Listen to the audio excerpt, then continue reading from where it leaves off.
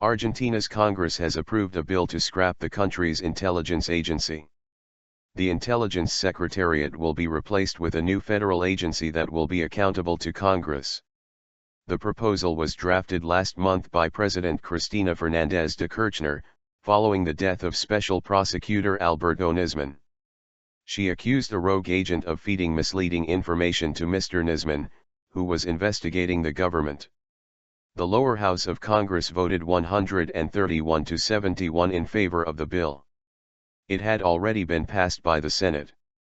Marathon session. During a 6-hour debate, opposition lawmakers repeatedly expressed their discontent with the fact that, under the new law, oversight of all wiretaps will be moved from the intelligence services to the General Attorney's Office. They said they felt uneasy about the close ties between the government and the current General Attorney. They also said they were worried about the role Army Chief Cesar Milani would play in intelligence gathering under the new law.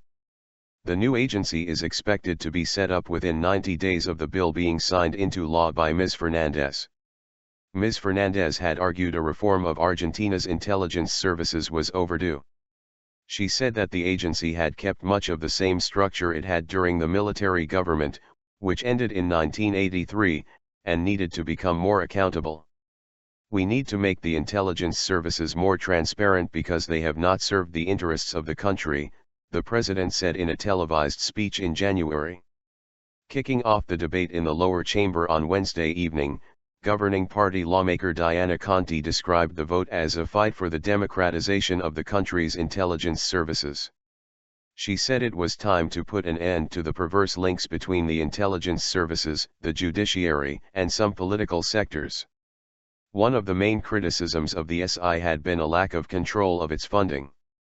The new law creates control mechanisms to oversee the new agency's finances, although critics said details of how these mechanisms would work were lacking. Opposition Congressman Manuel Garrido also warned that there were no safeguards to prevent the new agency from committing serious irregularities. What worries us is that there has not been, nor will there be proper control, he told Reuters news agency. Mr. Garrido also said the law was a smokescreen to divert attention from the death under mysterious circumstances of federal prosecutor Alberto Nisman. Mr. Nisman, who was 51, was found dead in his flat on January 18 with a gunshot wound to his head hours before he was due to testify to a congressional committee. He had been investigating the bombing of the AMIA Jewish Center in the capital, Buenos Aires, in 1994, which left 85 people dead.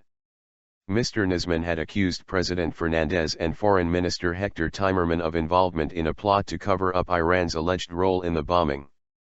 Ms. Fernandez rejected the allegations and said a former secret agent had misled the prosecutor in order to discredit her government.